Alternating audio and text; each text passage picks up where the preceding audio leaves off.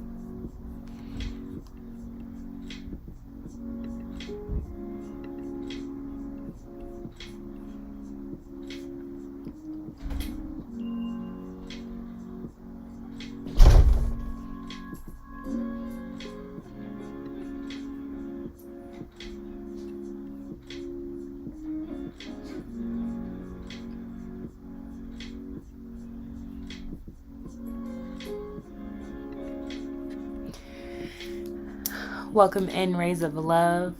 Once again, I am Soulliaa Rae, and this is the Mental Wealth Moment. As y'all know, May is Mental Health Awareness, and I feel like last year I saw a lot more things about mental health and more things about just the state of the world's mental health, and I've definitely seen a decline in that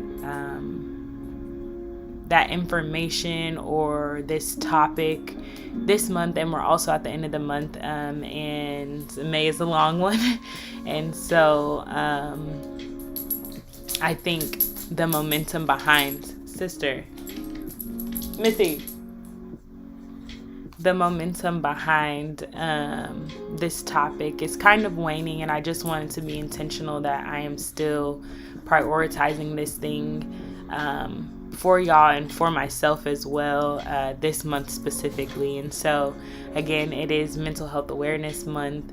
I am so grateful that I have had the opportunity to go to school, to work, to make this my life work, because it's something that is often not talked about, ignored, and it's what people are struggling with in silence, especially Black folks, brown folks, communities of color. This is something that we constantly struggle with, and a lot of times there are not great options for support. And so I want to be a resource as much as possible, as often as possible, and this is the way that I am doing it. Last Tuesday, we took some time to do some release practices for those who were murdered, the victims of the Buffalo, New York shooting at the grocery store. My heart is still broken about that, and just the fact that we're not even seeing media coverage about this any longer like we were, or extensively, breaks my heart and is so problematic to me. And so if you're still in need of processing space for that, I would encourage you to go back to last Tuesday's live and just watch that and participate in the practices that were shared during that live. This live for the Mental Wealth Moment is surrounding self-soothing practices and techniques. And so, like I said before, it's Mental Health Awareness Month. Everybody the increase in cases or experiencing episodes of depression, anxiety, this overwhelming phase of life transition that we've seen over the last few years has been evident for everybody. And we're in another transitional period right now. Kids are getting out of school. Summer is about to start. In my community during the summertime, a lot of things begin to happen with the heat. A lot of things increase. And so it is my goal today to just share some practices and some tips that support everybody's overall well-being during this transition into the summer, to kind of mitigate some of those happenings in the summer, and to support these instances of depression and anxiety and other things that we felt over the last few years, dealing with a global pandemic, and as a Black person, a Black woman, dealing with racism and sexism and all of this systemic oppression and social vulnerability that exists at the intersections of my identity and at the intersection of many identities that folks I love and care about share. Y'all can see my puppy in the background. Animals are a great self-soothing resource. I know it's scary at first having them around if you have not had animals before, and they are a lot of work. Like, it's cute having a dog, whatever, but like, there's a lot of work and sacrifice that you have to be willing to do when you have animals. And so I'm grateful for how she has supported my house and my family, and how she's been just a resource for us during the grieving process that we've been going through. And I praise God for her, but she do be on my last nerves a lot of the time. I'm just naming the real. But anyways, some self-soothing practices and techniques. I'm not going to be before you guys long. I've been chatting already a lot. So self-soothing practices that I constantly do is breathing. There is a lot of work around breathing that you can do. There's different types of breathing. There's different ways that you can breathe for different things.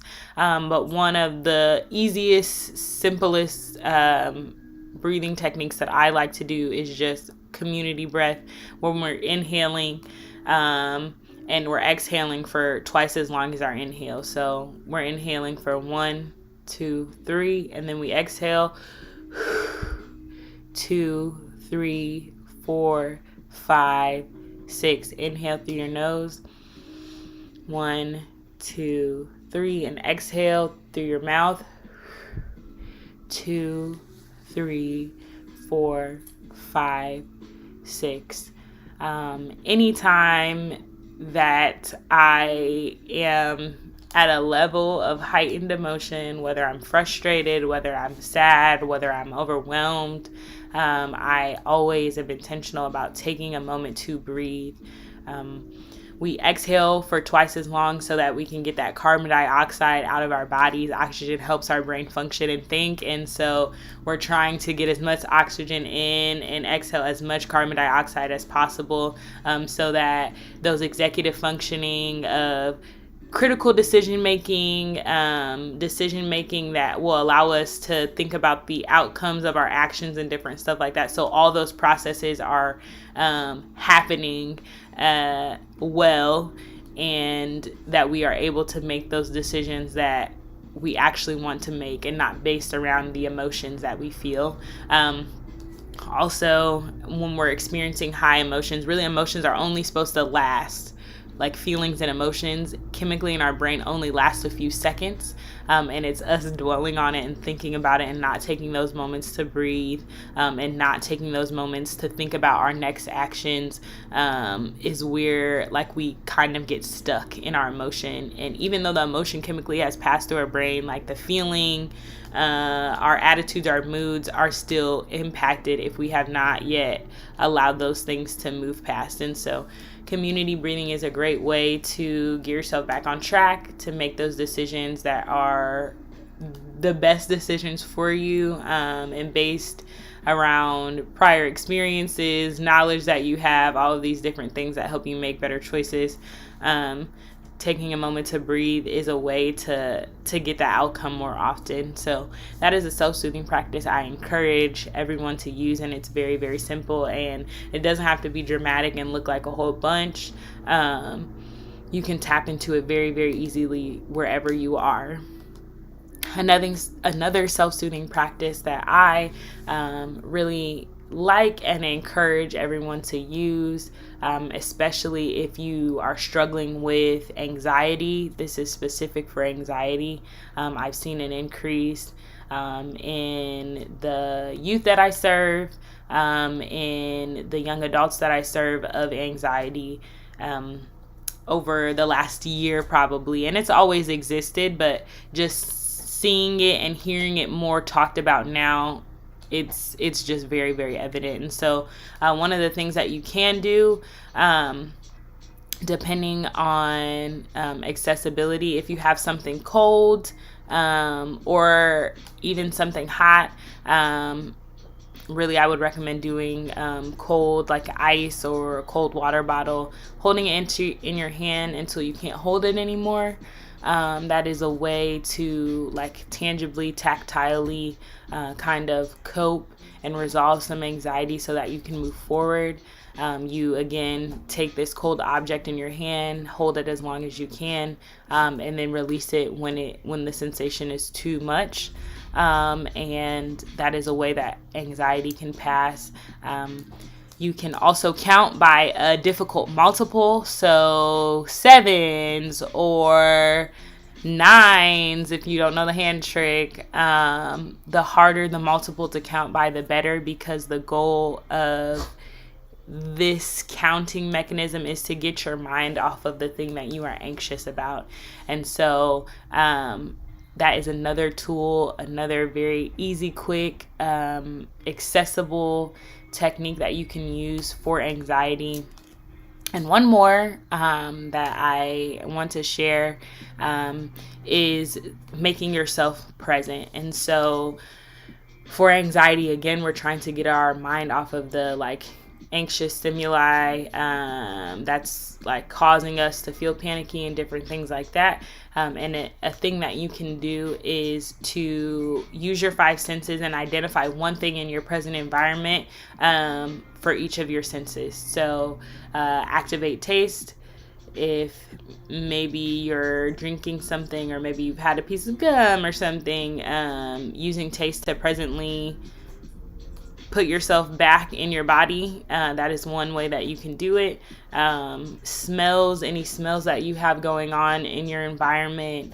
If it's a visual stimuli that has triggered your anxiety, maybe closing your eyes and not using your eyes as a way to make yourself present. But if it's not a visual stimuli triggering your anxiety, then using images, colors that are calming to you in your environment to get your mind off of the thing that is making you anxious. Those are 3. The 2 of them are more accessible versus the other one, but they are all generally pretty accessible, and these things work to kind of transition us from a state of anxiety and panic back into a state where we're able to breathe and where we're able to move forward and not allow that overwhelming anxious emotion to consume us to the point where we're frozen or stuck in a particular state. The last tool, self-soothing tool that I would like to give is for depression. And this is really more of a personal practice thing, and this is the thing that has been working for me this season, and so I just want to be transparent and share it with you. Grief has been kicking my arse, okay? Has been kicking me, and I still have a lot of responsibility. I still have to provide for my family. I still have to work and do all of these different things. Like, just because I'm grieving doesn't mean the world has stopped. And so one of the things that has really, really, really, really, really supported me, especially in my low moments, those episodes of depressions, those moments where I don't have it. Something that has significantly helped me is finding something that I enjoy. Depression literally is not finding joy in things any longer. Like, the inability to find joy and hope in the things around me or the things that I can experience. And so it's so important to figure out what is a thing in this present moment that makes you joyful. And it could be random, right? It could be, maybe it's a funny video. It could be an exercise, right? My joy is skating. I feel like I am a beast on skates. I've gotten so much better, and a lot of people don't even know that I skate. And so the other half of finding this thing that you enjoy or this thing that brings you joy is keeping it sacred and keeping it for yourself. This doesn't have to be a thing that you do with other people. I actually am encouraging you to not do it with other people and really keep it for yourself, to not share and to not post. And I know that's the kind of world that we live in now, but really holding it as a sacred thing for yourself, and a thing that you do when you're with yourself and when you're communing with yourself. Do this joy thing, whatever that looks like for you. It could be reading, it could be an exercise, it could be a special food, it could be a special thing that you're watching, it could be a special object that you just hold on to for a moment. Whatever it is, whatever this thing that brings you joy, hold it sacred to yourself, and keep it for yourself as long as you need to just increase that factor of joy that is lost during seasons of depression, during states of depression. Y'all, that was the mental wealth moment. I've chatted about some self-soothing practices that I use personally, that I use with clients, with youth that I serve, with young adults that I serve. Things that I've seen be impactful for folks and really has supported their overall mental well-being when it comes to anxiety, when it comes to depression, when it comes to just trying to make less emotional feeling-based decisions, and really critically think about the things and the choices that we make and the way that we respond to situations. And so I hope that you will replay this as often as you need to, so that you are able to use these practices, these very accessible practices, on your day-to-day journey to wholeness, to wellness, to keeping yourself mentally intact, so that you're able to do the work and do the things that you're still called to do. Again, Rays of Love, I am Soulliaa Rae. This was the Mental Wealth Moment for Mental Health Awareness Month, May. I hope that you will go back and watch some of the other segments. We have one more this month, and next Tuesday at 10 a.m. I am sharing all about my grief and the way that I have been able to process some of it, and some things that I've learned along the way that have worked for me. I won't be talking about my clients and their experiences in the past. I will be focusing on me. And so I want to use that as a disclaimer as well. What works for me might not work for you, and you have to figure out what does ultimately. So I hope you'll join me next week. I hope you'll replay these things. Enjoy the rest of your week. I am praying for peace. I am praying for just generosity and grace to be the outpouring of your heart this week as you continue on. And I'm also praying that this holiday season that's coming up, Memorial Day, which is next Monday, that if you are celebrating and honoring loved ones and ancestors that have transitioned, that you are well and you're able to do that collectively with folks that love you and care about you. So enjoy the rest of your week.